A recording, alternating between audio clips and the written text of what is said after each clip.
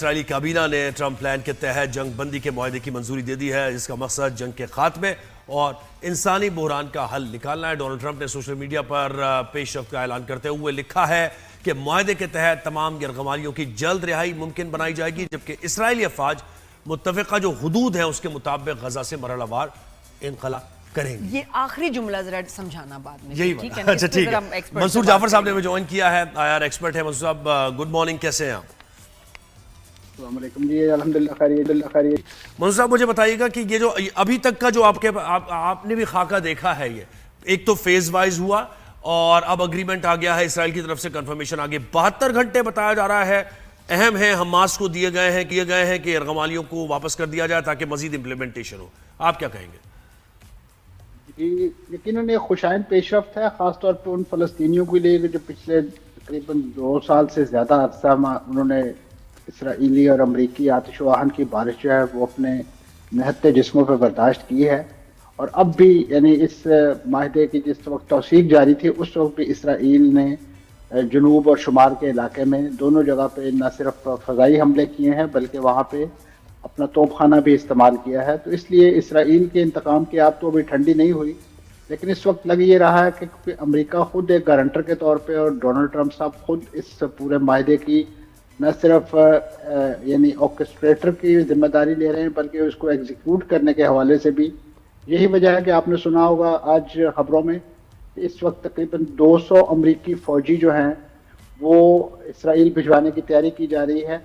تاکہ وہاں پہ ایک وہ کوارڈینیشن سینٹر قائم کر سکیں جو یہاں پہ خطے کے اندر دیگر ملکوں سے جو فوج نے آنا ہے معاملات کو دیکھنے کے لیے اور جو مزاحمتی تنظیموں کو غیر مسلح کرنے کے حوالے سے جو کارروائیاں ہیں اس کو مانیٹر کرنے کے لیے اور ایک کوارڈینیشن آفس کے طور پہ۔ تو یہ ایک بڑی پیش رفت ہے جس سے اس معاہدے کی عمل درآمد کے حوالے سے کم از کم امریکی انتظامیہ کی سنجیدگی ضرور ظاہر ہوتی ہے۔ اسرائیل تو ظاہر ہے آپ کے علم میں ہے کہ وہ ماضی میں بھی اس نوعیت کی مارچ میں ایک جو معاہدہ ہے اس کو وائلیٹ کر چکا ہے، لیکن اس وقت امریکہ نے یہ کہہ کے ہاتھ جھاڑ لیے تھے کہ جی ہم اس کے گارنٹر نہیں ہیں۔ لیکن اس میں ایک اور خوشائند بات یہ ہے کہ اس وقت 3 اسلامی ملک قطر، مصر اور ترکیہ یہ اس وقت بہت زیادہ آن بورڈ ہے، اور ترکیہ کو خاص طور پہ ڈونلڈ ٹرمپ صاحب نے گزشتہ دنوں نیو یارک میں خاص طور پہ ایردوان صاحب سے الگ سے ملاقات کر کے ان سے یہ درخواست کی تھی کہ وہ بھی اس پروسیس کے اندر جو ہے وہ شامل ہوں، اور اس وقت جو شرم الشیخ میں ہونے والے مذاکرات ہیں اس میں وہ بھی شامل ہیں۔ لیکن یہ جو 72 گھنٹے کی آپ نے بات کی ہے یہ لاجسٹکلی پاسبل اس لحاظ سے نہیں ہے کیونکہ حماس نے اور دیگر مزاحمتی تنظیموں کے پاس جو اس وقت بچے کچھ قیدی موجود ہیں وہ انہوں نے حفاظت کے نقطہ نظر سے پورے غزہ کے اندر جو ہے مختلف علاقوں میں جو ان کے خیال میں محفوظ تھے وہاں پہ پھیلا رکھے ہیں۔ ان کو اکٹھا کرنا، ایک جگہ پہ لے کے آنا اور وہاں سے ریڈ کراس کے حوالے کرنا، یا جو اس وقت دیگر ایسی تنظیمیں ہیں کہ جو اس معاملے میں مدد کر رہی ہیں وہ کار دارد ہے۔ لہٰذا یہاں پہ اگر ہتھیلی پر سرسوں جمانے کی کوشش کی جائے گی تو ان کی سالمیت اور سیکیورٹی ایک بار پھر خطرے میں پڑ سکتی ہے، اور اس کے ساتھ ساتھ جو لاشیں طلب کی گئی ہیں ایسے ہی قیدیوں کی جو اسرائیلی حملوں کے دوران اس دنیا سے چلے گئے ہیں وہ بھی یقیناً بعض جگہوں کے ربل کے نیچے ہیں، ان کو نکالنا ہے، یہ چیزیں وقت لے سکتی ہیں۔ لہذا اگر اسرائیل اور امریکہ نے یہاں پہ بہت زیادہ جلدی دکھائی اور اس کو بہانہ بنا کے انہوں نے اس معاہدے کو توڑنے کی کوشش کی تو میں سمجھتا ہوں کہ یہ ان قیدیوں کے لواحقین کے ساتھ بھی بہت بڑی زیادتی ہوگی، اور فلسطینیوں کو تو آپ کو پتہ ہے کہ پچھلے 2 سال سے وہ اسی نوعیت کی اپنی جو جارحیت ہے اس کا نشانہ بنا رہے ہیں مختلف پروٹیکٹ میں، مختلف بہانوں میں۔ تو یہاں اس وقت اس معاہدے کو حقیقی معنوں میں آگے بڑھنے کے لیے جو ایک ڈیو پروسیس ہے اس کے لیے وقت دیا جانا چاہیے، اور اس کے بارے میں حماس نے اس وقت جو مذاکرات کار ہیں ان کو بھی اعتماد میں لیا ہے اور ان کے ذریعے اسرائیل کو بھی یہ باتیں جو ہے وہ پہنچا دی ہیں۔ اب اسرائیل کے ہاں آپ نے دیکھا ہے کہ جیسے ہی اس کابینہ کی طرف سے اور پارلیمنٹ کی طرف سے منظوری دی گئی تو ان کی کابینہ میں ہی شامل ان کے جو انتہا پسند وزراء ہیں انہوں نے دوبارہ سے اس نوعیت کے بیانات دینے شروع کر دیے ہیں کہ اگر حماس کے خاتمے کے مشن کو نامکمل چھوڑا تو میں نیتن یاہو کی حکومت جو میں گرا دوں گا، میں یہ کر دوں گا، میں وہ کر دوں گا۔ تو یہ وہ لڑکے ہیں جس کے ہاتھوں مجبور ہو کے نیتن یاہو کو، کیونکہ اپنا اقتدار اس وقت نہ صرف اپنے وہ کرپشن کے مقدمات کی وجہ سے ڈاواں ڈول نظر آتا ہے، اس وقت جو ان کی سیاسی یا عوامی پاپولیرٹی ہے وہ بھی ایک لوسٹ ایوریج پہ اس وقت اسرائیل کے اندر موجود ہے، کیونکہ قیدیوں کے جو لواحقین ہیں انہوں نے ایک بہت بڑی میس موومنٹ جو ہے وہ ان کے خلاف منظم کر رکھی ہے. اور ویسے بھی اس 2 سالہ جنگ کے نتیجے میں جو اعلانات اس سے پہلے جو اعلانات کیے تھے نیتن یاہو اور حکومت جو ہے وہ کوئی بھی مشن جو ہے وہ حاصل کرنے میں ناکام رہی. آج بھی اگر ان کے قیدی رہا ہو رہے ہیں تو وہ جنگ کے نتیجے میں نہیں ہو رہے ہیں، وہ مذاکرات کے نتیجے میں ہو رہے ہیں. اور یہی بات حماس اور دیگر مزاحمتی تنظیمیں انہیں روز اول سے ہی کہتی رہی ہیں کہ آپ نے ان کی رہائی اور سیف رہائی چاہتی ہیں تو مذاکرات کی میز پہ آئیں. ٹھیک ہے آپ کے پاس بہت بڑا لاؤ لشکر ہے، آپ کے پاس بہت بڑا اسلحہ گولہ بارود ہے، لیکن جنگ کا جو خاتمہ ہے وہ نیگوسیشن کے نتیجے ہوتا ہے. اور اس وقت میں سمجھتا ہوں کہ نیتن یاہو کو کم از کم یہ بات ضرور سمجھ میں آ گئی ہے. اگر انہیں نہیں سمجھ میں آئی تو اس وقت جو نوبل انعام کے متلاشی امریکی صدر ہے وہ ضرور اس وقت ایڑی چوٹی کا زور لگا رہے ہیں. بالکل منظور صاحب یہ بتائیے گا کہ جب بھی کوئی کانٹریکٹ پیس اسپیشلی کانٹریکٹ ہو تو پورے پوائنٹس کو ہی ہم سنتے ہیں کہ جو ان پہ بات ہو رہی ہے، ڈسکشن ہو رہی ہے، تو یہ 20 پوائنٹس جو تھے پہلی دفعہ دیکھا کہ فیزز میں اپروو ہو رہا ہے اور فیزز پہ اس پہ کام ہو رہا ہے. تو یہ نہ ہو کہ پہلا فیز جو ہے جو اگری ہو گیا ہے سیکنڈ فیز تک یہ جائے نہیں، اور سیکنڈ فیز میں جاتے ہی جہاں آپ کی پھر ایک انڈیپینڈنٹ اسٹیٹ 2 اسٹیٹس کی بات ہونی ہے ادھر جا کے ڈس ایگریمنٹ ہو جانا ہے، پھر سے جینوسائیڈ بمباری شروع ہو جائے گی. تو یہ تو بات ہی عجیب ہے. یا تو پورے پیس ایگریمنٹ پہ ان کی اپروول دونوں کی ہوتی، فیزز میں تو عجیب لگ رہا ہے جیسے کہ ایک لیوریج اب فلسطین کے پاس ہے اور وہ ختم ہو جائے گی اس کے بعد. جی یقیناً آپ کا خدشہ بجا ہے، کیونکہ اگر آپ جو اسی سال جو مارچ میں اسی نوعیت کی جنگ بندی ہوئی تھی وہ بھی 3 مرحلوں میں ہونا باقی تھی، اور پہلے مرحلے میں جب ان کے 35 کے قریب جو قیدی ہیں وہ رہا کر دیے گئے تو اس کے بعد اسرائیل نے اپنے تیور بدلے، اور اس کے بعد دوسرے مرحلے میں داخلے کے لیے انہوں نے مختلف نوعیت کے ہیلے بہانے کرتے ہوئے سب سے پہلے انہوں نے جو انسانی امداد کا راستہ تھا وہ روکا، اور اس کے بعد فلسطینیوں کو تقریباً 8-9 ماہ تک جو ہے وہ مسلسل قحط والی کیفیت میں رکھا. اور ایک نام نہاد جو غزہ ہیومینیٹیرین فاؤنڈیشن قائم کی، امداد قائم کرنے کے نام پہ فلسطینیوں میں موت تقسیم کرتی رہی. تو یہ خدشہ اپنی جگہ موجود ہے کہ اس وقت بھی اسرائیل اس نوعیت کا پہلا مرحلہ مکمل ہونے کے بعد، لیکن آپ کے علم میں ہے کہ اس وقت یہ جو غزہ کا جو اس وقت مطلب مرحلہ ہے یہ انتہائی کمپلیکس ہے. اس میں صرف اور صرف یہاں پہ قیدیوں کی رہائی ہی ایک اور ایشو نہیں ہے، اگرچہ اسرائیل اور امریکہ کے نزدیک یہ بہت اہم ہے، لیکن اس وقت جو غزہ کو ایک ربل کا ڈھیر بنا دیا گیا ہے اس کی ریکنسٹرکشن کا مرحلہ وہ ایک دن میں مکمل نہیں ہو سکتا. خاص طور پہ جو عالمی ادارے اس پر اپنی اسیسمنٹ اور نقصانات کا اندازہ دے چکے ہیں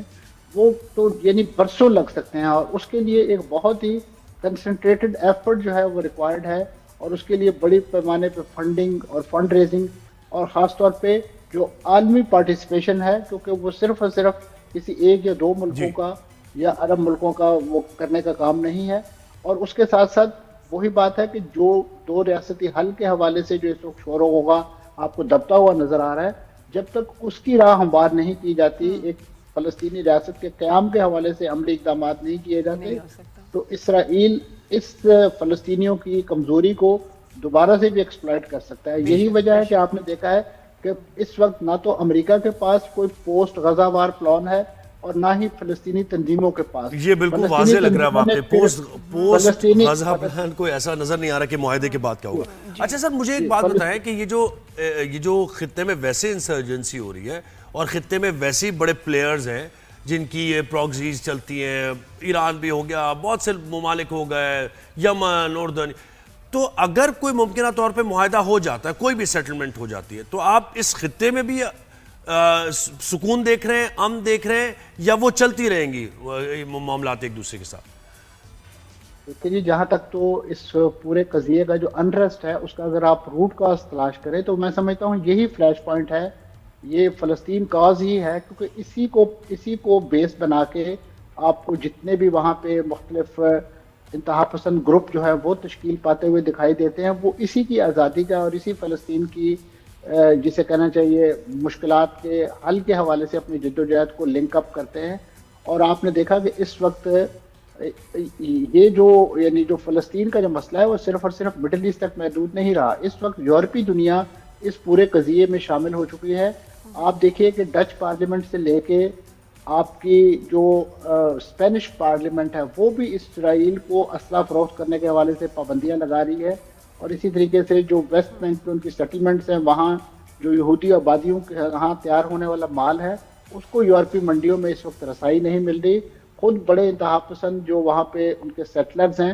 ان کے امریکہ اور یورپ جیسے ملکوں میں داخلے پر پابندی لگائی جا رہی ہے. یہ ایک میں سمجھتا ہوں کہ ایسا یعنی اس کا سپل اوور ہے اس پورے ایشو کا، اگر اس کو جلد کنٹین نہ کیا گیا، جلد زیرک انداز میں حل نہ کیا گیا تو یہ پوری دنیا کا نقشہ جو ہے وہ پلٹ سکتا ہے. اور خاص طور پہ جہاں جہاں پہ آپ کو عرب دنیا کے اندر ایک اس وقت بڑا چین کی راگنی اور امن کا یعنی اس وقت الاپ نظر آ رہا ہے، وہاں پہ اسی نوعیت کی جسے آپ کہتے ہیں تو یہ تو کوئی سرپرائز ہے ہی نہیں، یہ تو ہمیں پتہ ہے. نیتن یاہو نے تو یہ بولا ہے، گریٹر اسرائیل تو وہ کہہ رہا ہے، تو یہ تو ہمیں یہ کہ کچھ اور ایکسپیکٹ کرنا ہی نہیں چاہیے، جبکہ بالکل کلیئر ہمارے سامنے ریالٹی ہے. This is not an option, this he wants to do. یہ بڑا کلیئر بات ہے، تو پتہ نہیں ہم اس کی کیوں نہیں سر تیاری کرتے. جی اسی لیے میں نے عرض کیا کہ جو اس وقت یعنی جو عرب حکمران ہیں ان کو ہوش کے ناخن لینے چاہیے، اور صرف اور صرف جس طریقے سے وہ اپنے عوام کو مختلف ریفریشمنٹس اور انٹرٹینمنٹ اور اس نوعیت کے ہلے گلے میں ملوث کر کے یا انوالو کر کے سمجھتے ہیں کہ شاید ان کا اس ایشو سے توجہ ہٹ گئی ہے، کیونکہ ان کے ہاں ایک بہت بڑی تعلیم یافتہ لارڈ جو ہے وہ خود یورپ اور امریکہ سے پڑھ کر آئی ہے، اور آپ نے یورپ اور امریکہ کی جامعات اور وہاں کی یونیورسٹیوں کے اندر جو پکنے والا لاوا ہے وہ دیکھ لیا ہے، وہ کس طریقے سے خود امریکہ کے لیے چیلنج بن رہا ہے. بالخصوص امریکہ کے اندر آپ کو اب اندازہ ہو چکا ہے کہ اس وقت جو بڑی بڑی یونیورسٹیاں، بڑے بڑے تعلیمی ادارے،